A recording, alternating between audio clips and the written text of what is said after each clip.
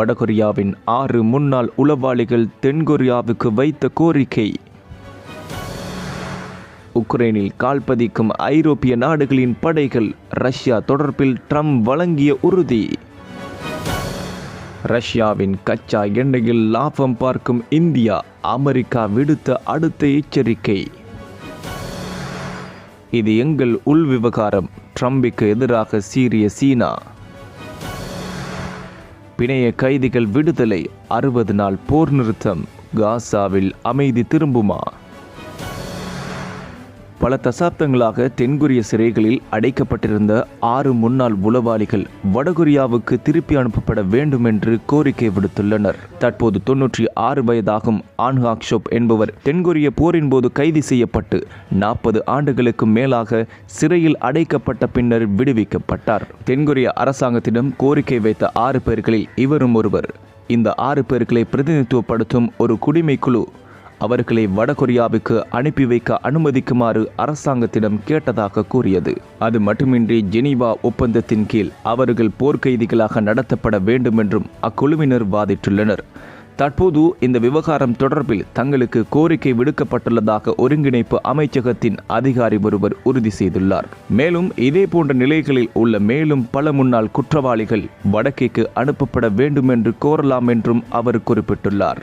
June மாதம் தெரிவு செய்யப்பட்ட ஜனாதிபதி லீ ஜே மியூங் வடகொரியா உடனான உறவுகளை மேம்படுத்துவதாக உறுதியளித்துள்ள நிலையிலேயே தற்போது இந்த 6 பேர்கள் வெளிப்படையான கோரிக்கையுடன் முன்வந்துள்ளனர். இருப்பினும் இரு நாடுகளுக்கும் இடையே பதட்டங்கள் அதிகமாகவே உள்ளன. வடகொரிய தலைவர் கிம் ஜாங் உன்னின் சகோதரி கிம் யோ ஜாங் சமீபத்தில் தென்கொரியாவுடன் உறவுகளை மேம்படுத்த வடக்குக்கு விருப்பம் இல்லை என்று பகிரங்கமாக அறிவித்திருந்தார். ரஷ்யா ஒப்பந்தத்தில் விருப்பம் இல்லாமல் இருக்கலாம் என்று அமெரிக்க ஜனாதிபதி டொனால்ட் ட்ரம்ப் கருத்து தெரிவித்துள்ளார். புட்டின் மற்றும் ஜெலன்ஸ்கியுடனான சந்திப்புக்கு பிறகு அமெரிக்க ஜனாதிபதி டொனால்ட் ட்ரம்ப் செய்தி நிறுவனம் ஒன்றுக்கு அளித்த தொலைபேசி நேர்காணலில் ரஷ்ய ஜனாதிபதி புட்டின் ஒப்பந்தங்களில் விருப்பம் இல்லாமல் இருக்கலாம் என்று தெரிவித்துள்ளார். அத்துடன் அவ்வாறு புட்டின் இருந்தால் அது ஒரு கடின சூழ்நிலையாக இருக்கும் என்று தெரிவித்துள்ளார்.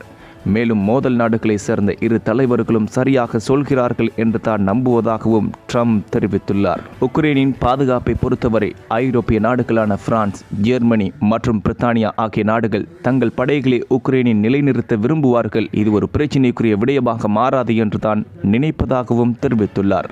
அமெரிக்காவை பொறுத்தவரை படைகள் நிலைநிறுத்தப்படாது என்று உறுதியளித்த ட்ரம்ப் இருப்பினும் வான் பாதுகாப்பில் உறுதுணையாக இருக்கலாம் என தெரிவித்துள்ளார். மேலும் நான் பொதுமக்கள் கொல்லப்படுவதை தடுக்க விரும்புவதாகவும் தன்னுடைய நோக்கத்தை ட்ரம்ப் வெளிப்படுத்தியுள்ளார். ரஷ்யாவிடமிருந்து கச்சா எண்ணெய் வாங்கிய இந்தியா லாபம் பார்ப்பதாக அமெரிக்கா குற்றம் சாட்டியுள்ளது. உக்ரைன் மீதான போரை கண்டித்து பல்வேறு உலக நாடுகள் ரஷ்யா மீது பொருளாதார தடைகளை விதித்ததை அடுத்து இந்தியா போன்ற அதன் சில நட்பு நாடுகளுக்கு தள்ளுபடி விலையில் ரஷ்யா கச்சா எண்ணெயை ஏற்றுமதி செய்து வருகிறது. சமீபத்தில் கூட ரஷ்யாவிடமிருந்து எண்ணெய் இறக்குமதி செய்வதற்காக அமெரிக்கா இந்தியா மீது 50% வரி விதிப்பை அறிவித்துள்ளது.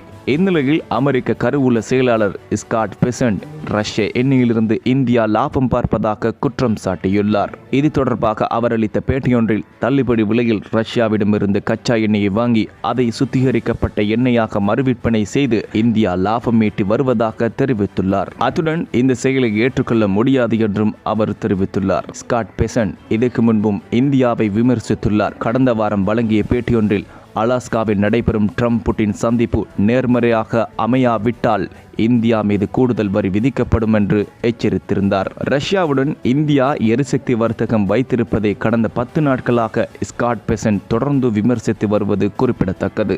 அமெரிக்க ஜனாதிபதி டொனால்ட் ட்ரம்பின் சமீபத்திய கருத்து ஒன்றால் உக்கிர கோபமடைந்துள்ள சீனா தங்கள் உள் விவகாரத்தில் தலையிட எவரையும் அனுமதிக்க முடியாது என கொந்தளித்துள்ளது. அமெரிக்காவுக்கும் சீனாவுக்கும் இடையிலான உறவுகள் மீண்டும் மோசமடைய தொடங்கியுள்ளது. சமீபத்தில் ஜனாதிபதி ட்ரம்ப் தெரிவித்திருந்த கருத்துக்களை இதற்கு முதன்மையான காரணமாக கூறப்படுகிறது.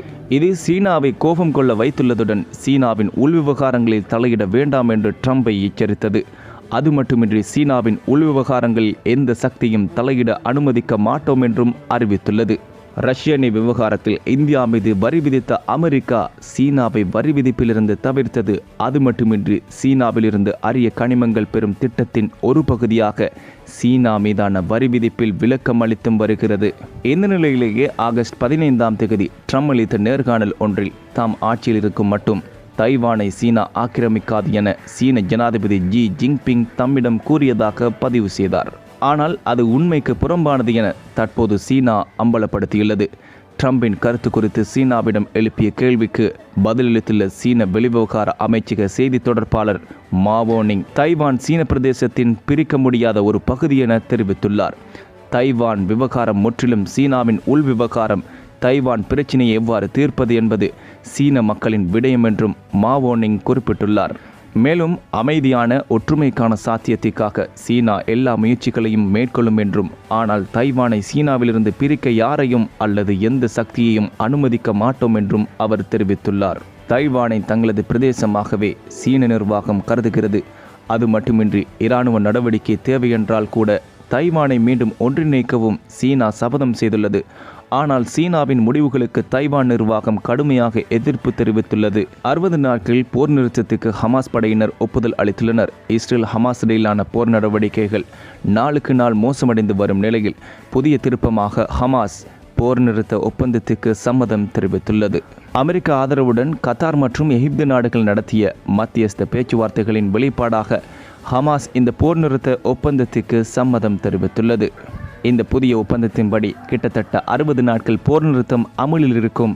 அத்துடன் உயிருடன் இருப்பது உறுதி செய்யப்பட்ட 10 பிணைய கைதிகளுடன் சேர்த்து மொத்தம் 28 இஸ்ரேலிய பிணைய கைதிகள் விடுவிக்கப்படுவார்கள். இதற்கு மாறாக 200 பாலஸ்தீன பிணைய கைதிகள் விடுவிக்கப்படுவார்கள் என ஒப்பந்தத்தில் குறிப்பிடப்பட்டுள்ளது. ஹமாஸ் சம்மதம் தெரிவித்துள்ள இந்த போர் நிறுத்த ஒப்பந்தத்திற்கு இன்னும் 2 தினங்களில் இஸ்ரேல் பதிலளிக்கும் என எதிர்பார்ப்பதாக பாலஸ்தீன வட்டாரங்கள் தெரிவித்துள்ளன.